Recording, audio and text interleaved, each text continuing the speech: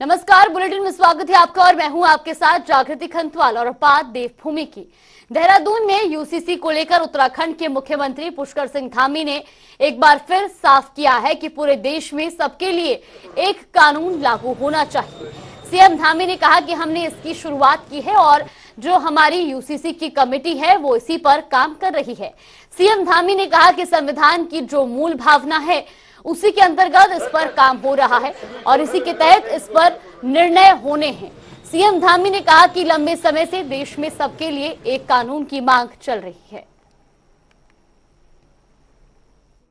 देखिए, जो uniform civil code है वो भारत की संविधान की जो मूल भावना है, जो भारत के संविधान में जो प्रावधान है धारा 44 में, उसके अंतर्गत ही जो है उस पर सारे काम होने हैं, उस पर सारे निर्णय होने हैं। और जो हमारी ड्राफ्ट बनाने वाली कमेटी है, यूसीसी कमेटी, उस पर काम कर रही है और वो सबके हित में आएगा। एक देश में सबके लिए एक समान कानून होना चाहिए, इसकी मांग लंबे समय से उठती रही है। हमने उत्तराखंड में इसकी शुरुआत की है। देवभूमि इसके लिए अगुवाई कर रही है और आने वाले समय में हमारी तो अपेक्षा है कि देश भर में ये कानून लागू होना चाहिए। तो वही सैनिक कल्याण मंत्री गणेश जोशी ने देहरादून के गुनियाल गांव में बन रहे सैन्य धाम स्थल का निरीक्षण करने पहुंचे। निरीक्षण के दौरान गणेश जोशी ने सैन्य धाम के निर्माण कार्य की प्रगति की भी जानकारी ली। मंत्री ने अधिकारियों को सैन्य धाम के निर्माण के संबंध में मौके पर उपस्थित अधिकारियों को आवश्यक दिशा निर्देश भी दिए। उन्होंने कार्यदायी संस्था को तय समय सीमा के भीतर निर्माण कार्य को पूर्ण करने के निर्देश दिए। मंत्री ने अधिकारियों को सैन्य धाम निर्माण संबंधी आ रही विसंगतियों को शीर्ष दूर करने के लिए भी कहा। आज कुछ लोगों द्वारा एक वीडियो में गलत जानकारी दी गई कि हमारी जो सैन्य धाम की जमीन है उसके अंदर कंस्ट्रक्शन कर दिया है, तार बाड़ लगा दिए। और मैंने माननीय मुख्यमंत्री जी के साथ एक कार्यक्रम में बाहर जाना था, मैं उसको स्थगित करके मैंने सीधा एसडीएम से बात की। तो वो यहाँ मौके पर आए हैं और जो संबंधित पक्ष है उसको जिला कार्यालय में बुलाया डीएम ने अपने, और बिल्कुल मार्किंग हो गई है।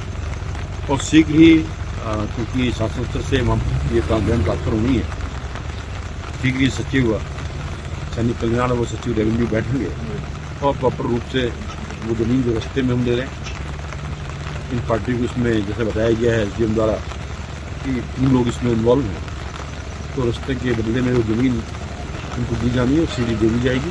और अब कोई विवाद नहीं है, आज सारे विवाद का जो है अंत हो गया।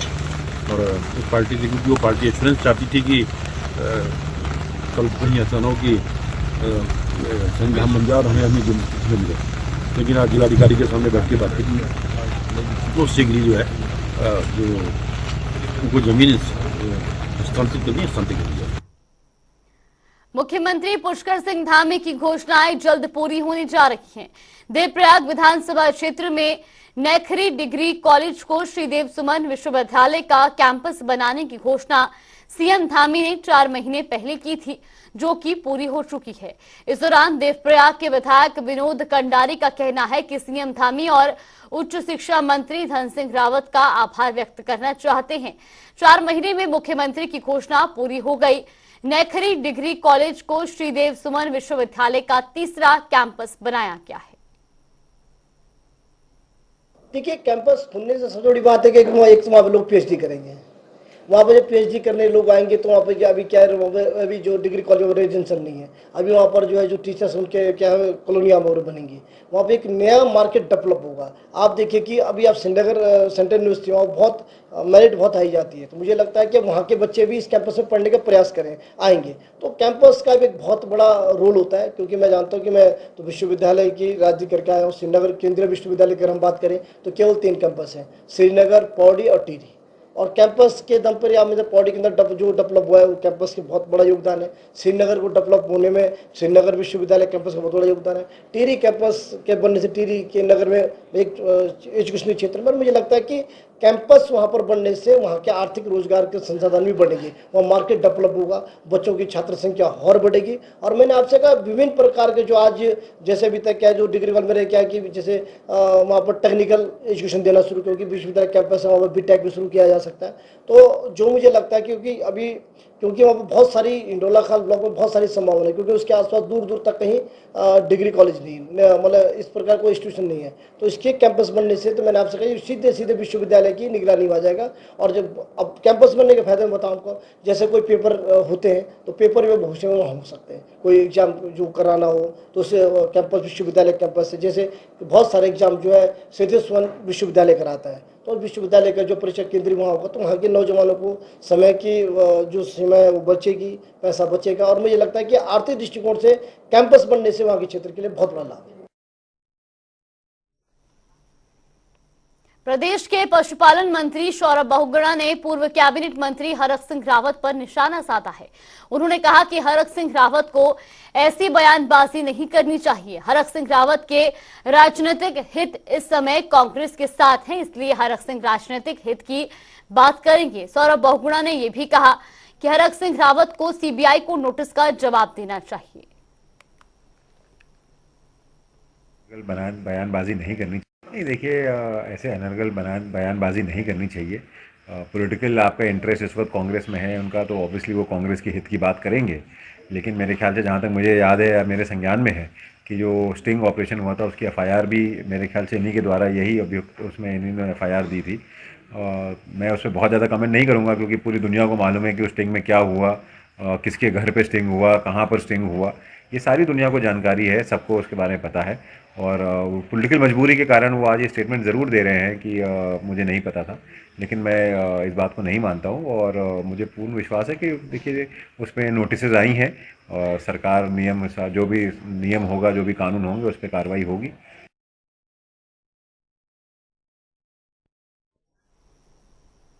रुड़की के बेलड़ा ग्राम में दलित समाज के युवक की मौत के मामले में आज अनुसूचित जाति आयोग के राष्ट्रीय उपाध्यक्ष अरुण हलदर बेलड़ा गांव पहुंचे और मृतक युवक के परिजनों से मुलाकात की।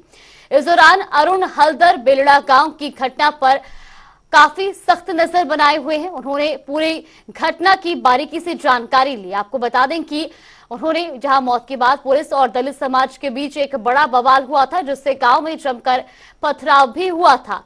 इस घटना में पुलिसकर्मी भी जख्मी हुए थे।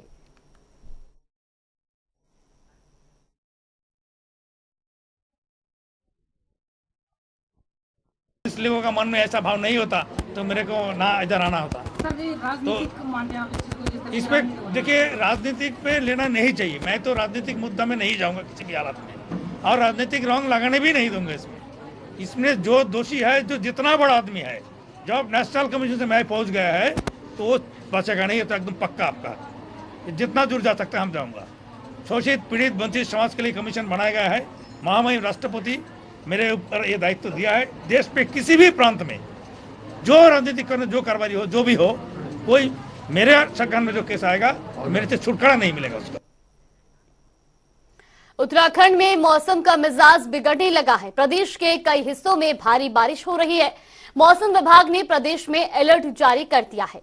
सीएम पुष्कर सिंह धामी ने मौसम को देखते हुए प्रदेश के लोगों और यात्रियों से सावधानी बरतने की अपील की है। सीएम धामी ने कहा कि मौसम खराब होने की स्थिति में कई बार यात्रा को रोकने का काम भी किया जा रहा है, इसलिए यात्रियों से भी लगातार निवेदन किया जा रहा है। देखिए बीच में चूंकि इधर मौसम विभाग ने अलर्ट जारी किया हुआ है, इसलिए यात्रा बीच में रुक भी रही है। और यात्रियों से, तीर्थ यात्रियों से हम लगातार ये अनुरोध कर रहे हैं कि मौसम की जानकारी लेने के बाद ही यात्रा को आगे बढ़ाएं। निश्चित रूप से वो अगर जानकारी लेकर यात्रा को आगे बढ़ाएंगे तो किसी परेशानी में नहीं पड़ेंगे। हमारा यह भी लक्ष्य है कि यहाँ आने वाले किसी यात्री को, किसी तीर्थ यात्री को, श्रद्धालु को कोई परेशानी नहीं आए। उत्तराखंड में भारी बारिश के लेकर पुलिस प्रशासन अलर्ट मोड पर है। एसडीआरएफ और एनडीआरएफ की टीमों को यात्रा मार्ग और आपदा वाले इलाकों में तैनात कर दिया गया है। एडीजी वी मुरुगेशन ने बताया कि आपदा को लेकर अलर्ट जारी कर दिया गया है। संभावित घटना को लेकर दोनों टीमों को निर्देश दिए गए हैं। यात्रा चल रहा है और एसडीआरएफ को हमारे दोनों कुमाऊं गढ़वाल रीजन में अप्रोप्रिएट प्लेसेस में टीमें डिप्ट की गई है। करीब 30+ सब टीमें लगा हुआ है और उनको ऑलरेडी इंस्ट्रक्शंस दी हुई है डिस्ट्रिक्ट एसपीज को और हमारे एसडीआरएफ के, और कुछ जगह पे हमारे एनडीआरएफ का टीम भी लगी हुई है, वो भी हमारा मदद करेगा। देहरादून में आम इंसान विकास पार्टी के अध्यक्ष आकिल अहमद ने प्रेस कॉन्फ्रेंस की, जिसमें आकिल अहमद ने कहा कि पछवा दून में जमीनों की हेराफेरी और अवैध कब्जा व्यापक स्तर पर किए गए हैं, लेकिन प्रशासन अपनी कार्रवाई को सिर्फ आर्थिक रूप से कमजोर लोगों तक ही सीमित किए हुए है। उन्होंने कहा कि उनकी शिकायतों पर 1 सप्ताह के अंदर कार्रवाई नहीं हुई तो वो हाई कोर्ट की शरण में जाएंगे। देखिए, जमीनों को लेकर जो है हमने 30/1/2023 में डीएम देहरादून को जो है शिकायत की थी और हमने कहा था कि पछवा दून के अंदर जमीनों में बड़ी धांधलीबाजी हो रखी है और खासकर नगर पंचायत सेलाकुंड में, क्योंकि इंडस्ट्रियल एरिया घोषित होने के बाद 2004 से 2016 तक यहाँ पे बड़ी जमीनों के तबादले किए गए और तकरीबन 80 बीघा जमीन जो प्रधानों के द्वारा और अधिकारियों की मिली भगत से प्रस्ताव बनाकर जो है भूमाफियाओं को दे दी गई और भूमाफियाओं ने आगे बेच भी दी, उसमें इंडस्ट्री लगी हुई है। और जो जमीन तबादले में आनी थी ग्राम समाज की सरकारी ज़मीन, वो 1 भी बीघा ज़मीन ग्राम समाज के पास, सरकार के पास नहीं है। हमने यही कहा था कि भी वो ज़मीन जो तबादला तो लोग कर दिया आपने, पहली बात तो इतनी भारी मात्रा में तबादले किए गए, गलत है वो, और अगर आपने कर दिए तो जो सरकारी ज़मीन आनी थी ग्राम समाज की ज़मीन, वो ज़मीन 1 भी बीघा हमारे पास जो है नहीं है पहुँचा। दूसरा ये हमारा मसला ये है कि नगर पंचायत सेलाकुंड में नदी श्रेणी का नंबर है 121, उसमें भारी मात्रा में उद्योग लगे हुए हैं और वो नंबर जो है नोटिफाइड नहीं है इंडस्ट्री में। 122 की रजिस्ट्री उस पर लगाई गई है, जो कि सारे डिपार्टमेंटों की जो संबंधित अधिकारी है सबकी मिली भगत से जो है ये काम किया गया है। इसकी जांच होनी चाहिए। हम बार बार कह रहे हैं, मैंने कई बार जिक्र कर दिया, लेकिन अभी तक इस पर कोई असर जो है नहीं पड़ रहा है। उत्तराखंड में कांग्रेस ने एक बार फिर प्रदेश के सरकारी सिस्टम पर भ्रष्टाचार को संरक्षण देने का आरोप लगाया है।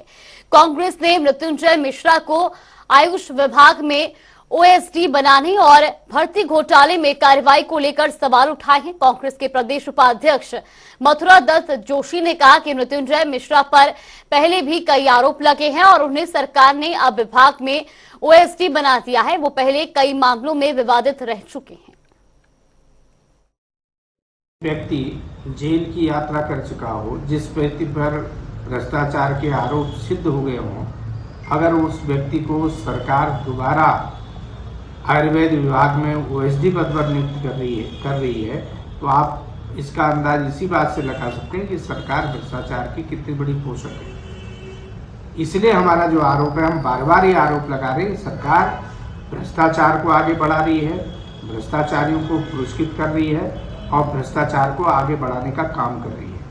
मृत्युंजय मिश्रा, जिनके ऊपर भ्रष्टाचार के तमाम आरोप हैं, आयुर्वेद विश्वविद्यालय के कुलपति रहते हुए, कुल सचिव रहते हुए, इन पर तमाम भ्रष्टाचार के आरोप लगे, जेल की सजा भी काटी, जुर्माना भी हुआ, उसके बाद भी अगर सरकार उनको आयुर्वेद विभाग में ओएसडी बना रही है तो आप समझ सकते हैं कि सरकार किन के हाथों में खेल रही है।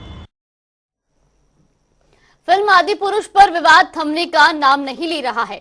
धर्मनगरी हरिद्वार के संतों ने फिल्म के निर्माता, निर्देशकों के और सेंसर बोर्ड के खिलाफ हरिद्वार कोतवाली में शिकायत दर्ज करवाई है। उनका कहना है कि राम के जीवन पर बनी फिल्म में उनके आराध्य का अपमान हुआ है, जिसको धर्मनगरी के संत किसी भी हालत में बर्दाश्त नहीं करेंगे। सभी संतों ने मुकदमा दर्ज करने और ऐसे लोगों को गिरफ्तार करने की मांग की है। आदि पुरुष के भगवान श्री राम के खिलाफ एक अंतर्राष्ट्रीय षड्यंत्र जिहादी गैंग ने किया है और वह जिहादी गैंग फिल्म बनाने वाला है।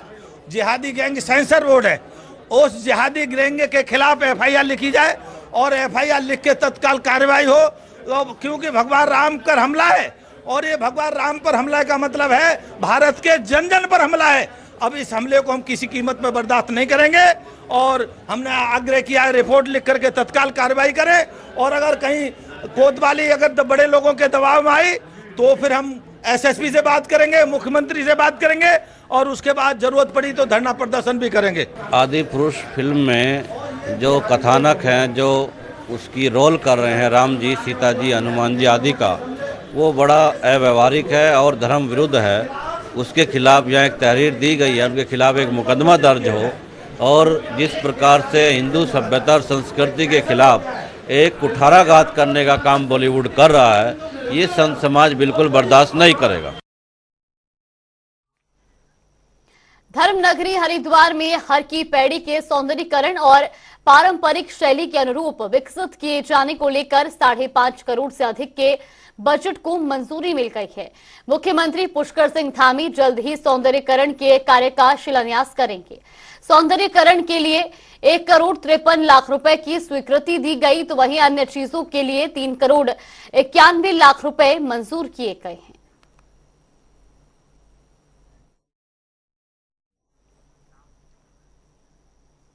हरिद्वार पुलिस नशा तस्करों के खिलाफ लगातार कार्रवाई कर रही है।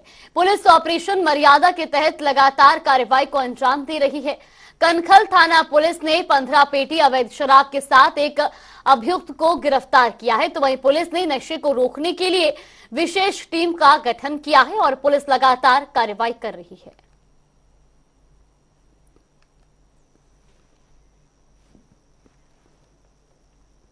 हरिद्वार में टिबड़ी से भाजपा पार्षद विमला देवी की पुत्रवधू चांदनी ने प्रेस कॉन्फ्रेंस की, जिसमें चांदनी ने अपने पति समेत सास ससुर पर गंभीर आरोप लगाए हैं।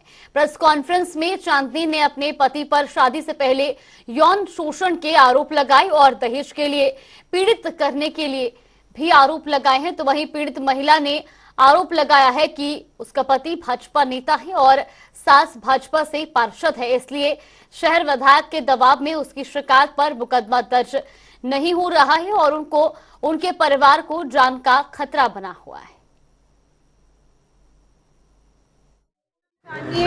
मैं शिवलोक वाटर बॉक्स में रहती हूँ। मेरे साथ अभी 22 तारीख को मेरे ससुराल पक्ष की तरफ से मेरे साथ बहुत मारपीट की है। इन लोगों ने मुझे मार मार के घर से निकाला है। रीजन क्या था? सिर्फ दहेज कि दहेज नहीं दिया। इन लोगों को कैश चाहिए था, दहेज पूरा दिया गया है। उसकी लिस्ट हमारे पास है पूरी। 80 जोड़ी कपड़े गए हैं, 11 जोड़ी पायल गई है, सारी चीजें जो लेडीजों को चाहिए 7 घड़ी गई है इन लोगों के लिए। इन लोगों ने फिर भी मुझे मार मार के, देखो हरकतें इन लोगों की ऐसी थी। मेरा मेडिकल मेरे पास है, देखो मैंने मेडिकल भी करवा रखा है अपना।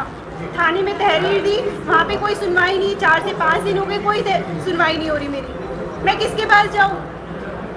ये दरिंदा ऐसी नहीं, ऐसी घूमेगा ये दरिंदा। मेरा ससुर रामेश्वर बड़ोदिया, ये पूर्व पार्षद रह चुका है वार्ड नंबर 17 तीवड़ी से। अब वर्तमान में जो पार्षद है इसकी पत्नी विमला देवी है, इसका पुत्र शिवम बड़ोदिया जिसने मेरे साथ ये हरकतें की है। हल्द्वानी सहित पूरे जिले में इस समय पेयजल की भारी किल्लत चल रही है, तो वहीं कल ईद होने के बावजूद भी कई क्षेत्रों में लोग पानी की समस्या से परेशान हैं। पेयजल किल्लत से परेशान लोग आज जल संस्थान कार्यालय पहुंचे, जहां उन्होंने जमकर नारेबाजी कर प्रदर्शन किया। इस दौरान जल संस्थान के अधिकारियों से लोगों की तीखी नोकझोंक भी हुई। तो वहीं इस मामले में जिलाधिकारी वंदना सिंह का कहना है कि कुछ जगह पेयजल किल्लत चल रही है, जिसको लेकर अधिकारियों को जल्द से जल्द व्यवस्था सुचारू करने के निर्देश दिए गए हैं और जहां भी समस्या हो रही है वहां टैंकरों से पानी पहुंचाया जा रहा है।